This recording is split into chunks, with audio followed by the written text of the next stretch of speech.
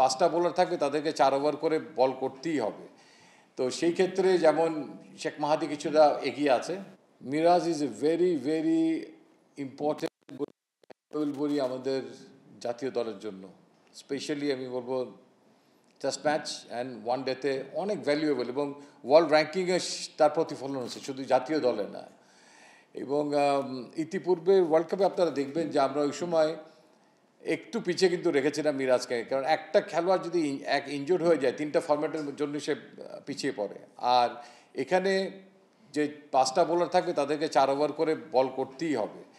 তো সেই ক্ষেত্রে যেমন শেখ মাহাদি কিছুটা এগিয়ে আছে, সেম টাইম আমাদের হাতে যদি অপরচুনিটি থাকতো যে নাহিদ রানা অন টাইম আমাদের সঙ্গে আছে, তাহলে কিন্তু হয়তো আমরা 5টা সিমারের জায়গায় 4টা সিমার নিয়েও অ্যাকোমোডেট করতে পারতাম, ওইদিকে একটা ব্যাটসম্যান বাড়াতে পারতাম।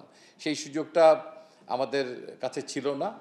তো আমরা সবাইকে অ্যাকোমোডেট করতে পারবো না। আপনি যদি দেখেন লিটন দাস যদি 3 হয়, তাহলে মিডল অর্ডারটা খেলার জন্য ওখানে কিন্তু তহিদ হৃদয়, শামীম হোসেন অ্যান্ড অনিক আছে, তার পাশাপাশি শান্তর নামটা ওখানে আছে। সো আরেকটা নাম অ্যাড অন করার এখানে যেমন আমার সুযোগ ছিল না, সুযোগ থাকলে I would love to take him, but তিনি অন্য জায়গায় সুযোগ পাবেন। বাট আমি মনে করি যে স্টিল আমাদের টি-20 প্ল্যানিংয়ে একটু ব্যাকফুটে আছেন, বাট তিনি ডেফিনেটলি যে কোনো সময় যে কোনো পরিস্থিতিতে অ্যাডাপ্ট করার জন্য একটা চমৎকার খেলোয়াড়। তাকেও আমরা খেলার মধ্যে রাখবো, যাতে দীর্ঘদিন তিনি টি-20 ফরম্যাটে জাতীয় দলের বাইরে না থাকেন। যদি কখনও আমাদের রিয়েলি সেরকম একটা মনে হয় টিম কম্বিনেশনের জন্য, we can accommodate him, because যাদেরকে আমরা ভাবছি যে ওই জায়গাগুলোতে অনেক দক্ষতার সঙ্গে পরিচয় দিবেন, যদি সেখানে কোনো ব্যত্যয় হয় তাহলে যাতে আমরা সেই জায়গাটা ইমিডিয়েটলি অ্যাড্রেস করতে পারি।